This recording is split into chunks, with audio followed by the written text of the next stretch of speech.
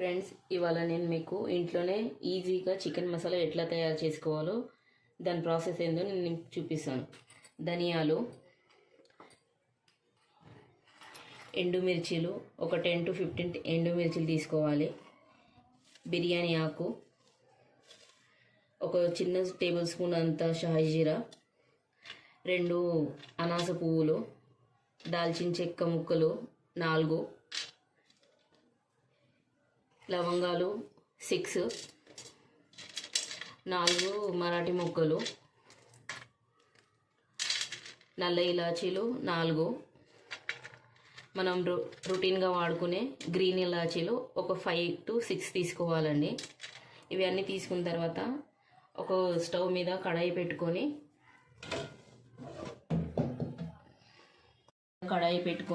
మనం ముందుగా తీసుకొని పెట్టుకున్న బౌల్ ధనియాలు కడాయిలో వేసుకొని బ్రౌన్ కలర్ వచ్చేదాకా వేయించుకోవాలి.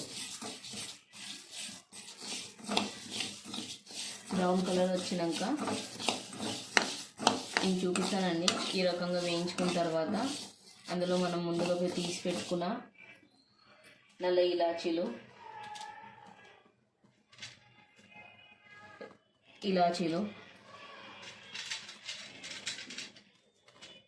మరాఠీ మొక్క, లవంగాలు,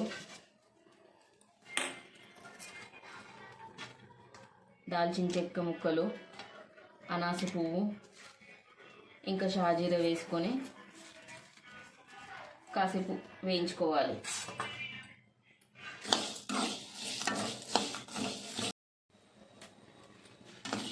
ఇవి ధనియాలు ఈ విధంగా వేగిన తర్వాత వీటిని వేరే ప్లేట్లో ట్రాన్స్ఫర్ చేసుకోవాలి.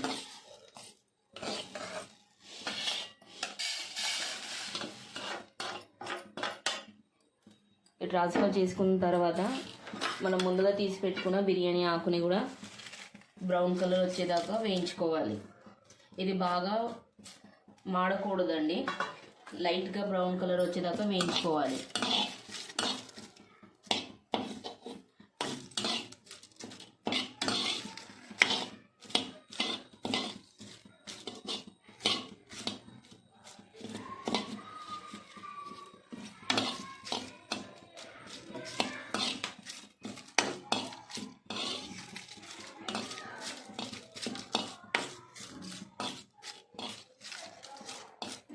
ఈ విధంగా వేయించుకోవాలి.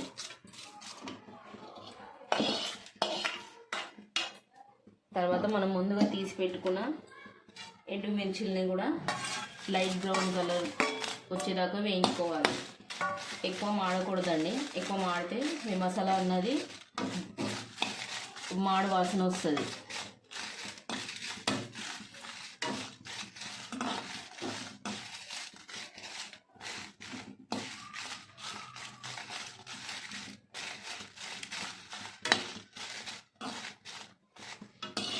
ఎండుమిర్చిని కూడా ఈ విధంగా వేయించుకోవాలండి.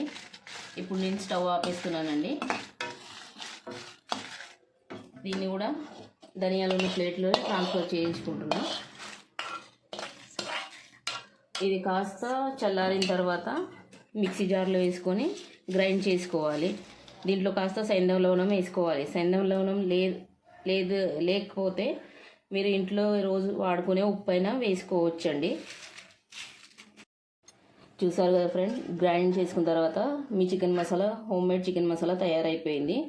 దీన్ని ఒక గ్లాస్ కంటైనర్లో స్టోర్ చేసి పెట్టుకుంటే ఇది మీకు 1 month దాకా వస్తుంది. బయట తీసుకున్న చికెన్ మసాలాలో ఫుడ్ కలర్ అవి అన్నీ కలిసి ఉంటాయి. ఇది మనం ఇంట్లోనే చేసుకుంటాం కాబట్టి దీంట్లో ఫుడ్ కలర్ అవి ఏవి ఉండదు. మన హెల్త్కి కూడా మంచిగా ఉంటుంది.